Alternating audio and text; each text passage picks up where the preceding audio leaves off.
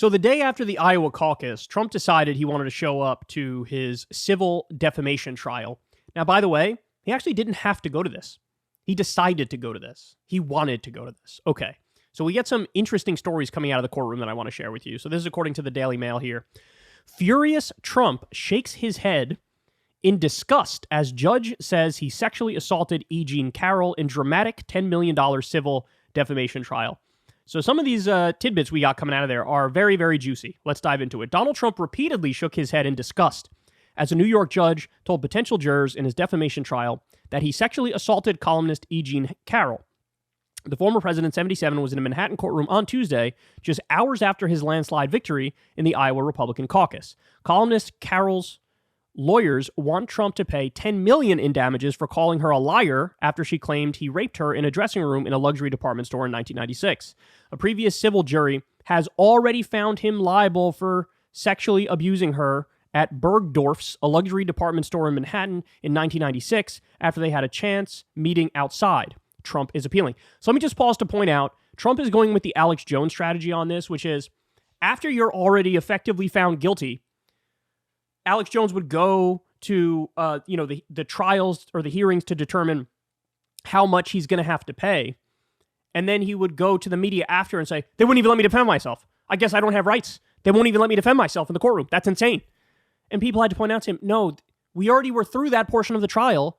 You were already found guilty. In Alex Jones' case, it was guilty by default because he didn't partake in the discovery process with the court nearly as much as he needed to. He didn't provide documents he was legally required to provide. So he was found guilty by default, and then he pretended like, I don't have the right to defend myself. No, you did, but you didn't comply with the court, and now this is just determining how much you have to pay. Same thing with Trump here. So he feels like it's outrageous and it's an assault against his rights that he can't defend himself, but we already know he's found liable for these things. It's just a matter of how much he's going to pay. Now, by the way, is he so stupid he doesn't understand that? Or does he understand that and doesn't care because it's more of a political show? My guess is the latter. In court on Tuesday, Trump's lawyer Alina Habba got into a dramatic back and forth with Judge Lewis Kaplan for refusing to delay the trial, and potential jurors were asked a series of questions about their politics. This is really interesting. The judge asked the pool of potential jurors whether anyone felt that Mr. Trump is being treated unfairly by the court system in the United States. 3 jurors stood up to say they agreed with the statement.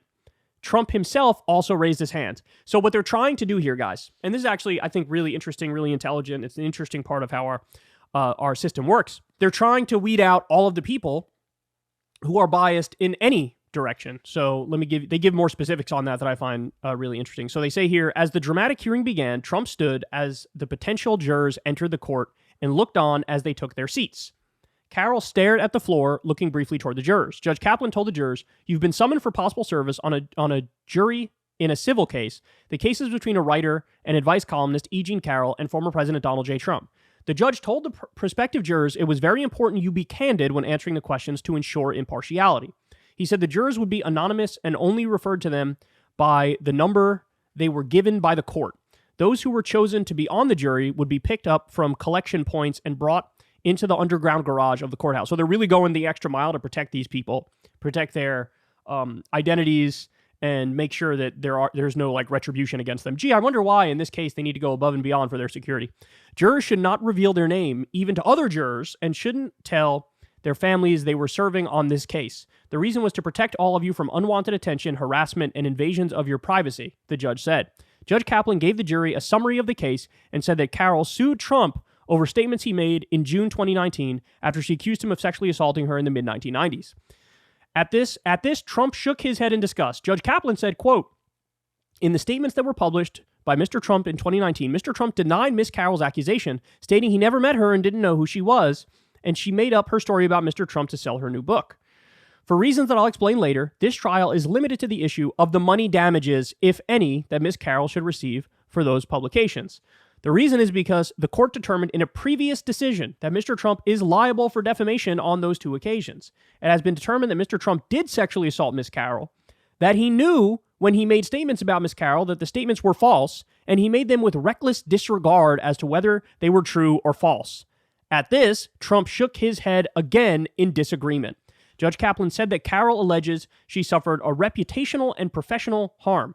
Judge Kaplan asked potential jurors if, having heard the summary of the case, they were unable to be impartial. 3 jurors raised their hands and were excused.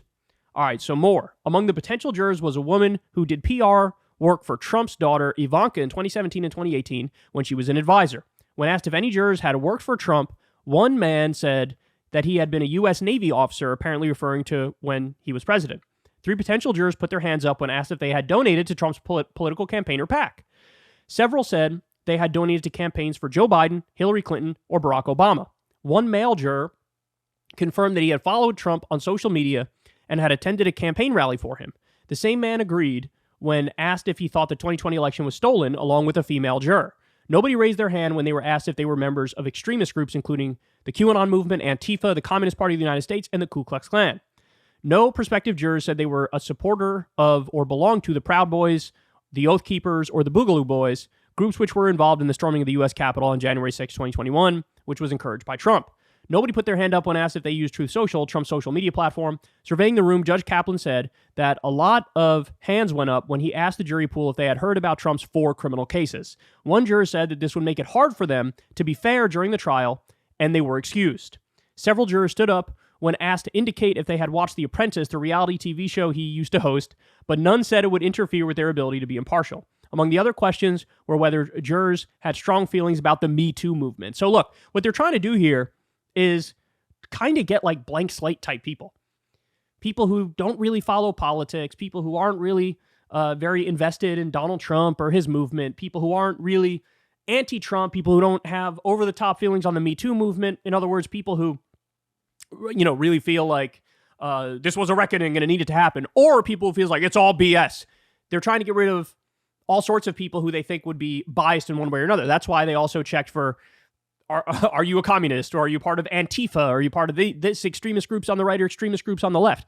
And so they're trying to get these like blank slates for the sentencing. And look, I have to say, I agree with that. If you tell me we're just going to pick a random grouping of people, I would say, I don't know, because this guy was president. Almost everybody's got strong feelings about him at this point, right? And you're going to get some people who are really biased against him and really biased in favor of him. And that clouds your judgment to make an evaluation based on the evidence right in front of you at the moment, right? And so they're trying their best to make it as impartial as possible, people who have no stake in this whatsoever. And all right, Stinky, that's enough petting for today, or at least for the show. So I agree with what they're doing here. So it's interesting. Look at this dog. So I agree with how they approached it. But also I find it very interesting that Trump, in a very similar Alex Jones type fashion, he's sitting there angry, pissed off, shaking his head at the judge just restating facts that have already been established. That is very, very Trumpian indeed, and very Alex Jonesian indeed. It fits exactly with what we know their character to be. Hey y'all, do me a favor and like and subscribe. It helps out big time in the algorithm. Click the bell as well for notifications when videos drop, and watch that video on screen right now. You know you want to.